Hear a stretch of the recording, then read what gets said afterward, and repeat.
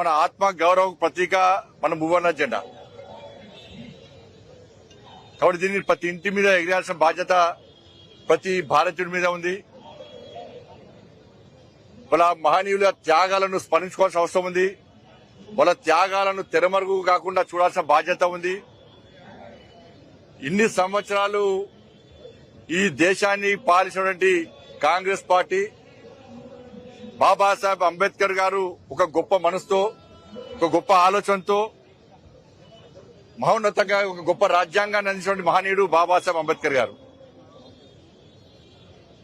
కానీ కాంగ్రెస్ పార్టీ ఈ దేశ స్వాతంత్ర్యాన్ని కేవలం నెహ్రూ కుటుంబానికి మాత్రమే లాభం జరిగే విధంగా నెహ్రూ కుటుంబ భజన చేయడమే లక్ష్యంగా కాంగ్రెస్ పార్టీ ఇన్ని రోజులు ఈ దేశంలో వివరించింది. చరిత్రను తెరమరుగు చేసే ప్రయత్నం కాంగ్రెస్ పార్టీ చేసింది. అందుకే భారతీయ జనతా పార్టీ ఎట్టి పరిస్థితుల్లో చరిత్రను తెరమరుగు చేసే ప్రసక్తి లేదు. మహనీయుల చరిత్రను రాబోయే తరాలకు తరతరాలు ఉండాలని చెప్పి ఒక ఆలోచనతో ఇవాళ ఈ కార్యక్రమాన్ని తీసుకోవడం జరిగింది. మరి ఈ పరిస్థితుల్లో మహనీయుల త్యాగాల గురించి సెమినార్ నిర్వహించడం, మహనీయుల త్యాగాలను సమాజం చూపెట్టే ప్రయత్నం చేస్తా ఉన్నాం మేము. కానీ కాంగ్రెస్ పార్టీ ఏ రోజు కూడా ఎటువంటి కార్యక్రమం నిర్వహించలే. ఈ దేశాన్ని వర్గాల పేరుతోని, మతాల పేరుతోని, ప్రాంతాల పేరుతోని ఈ దేశాన్ని చీల్చింది కాంగ్రెస్ పార్టీ.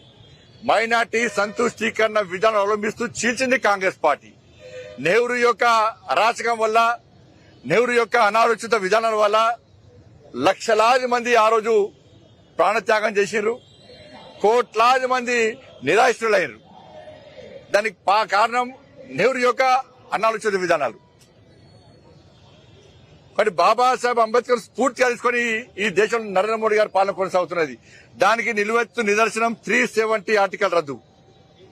ఇలా జమ్మూ కాశ్మీర్ భారతదేశంలో అంతర్భాగం అని చెప్పి కాంగ్రెస్ పార్టీ భావించకపోవడం వల్లనే 370 ఆర్టికల్ ఇన్ని రోజులు కాంగ్రెస్ పార్టీ రద్దు చేయలే. ఇలా భారతీయ జనతా పార్టీ ప్రభుత్వం వచ్చిన తర్వాత నరేంద్ర మోడీ గారి నేతృత్వంలో 370 ఆర్టికల్ రద్దు చేసిన విషయాన్ని మనం గుర్తుంచుకోవాల్సిన అవసరం ఉంది.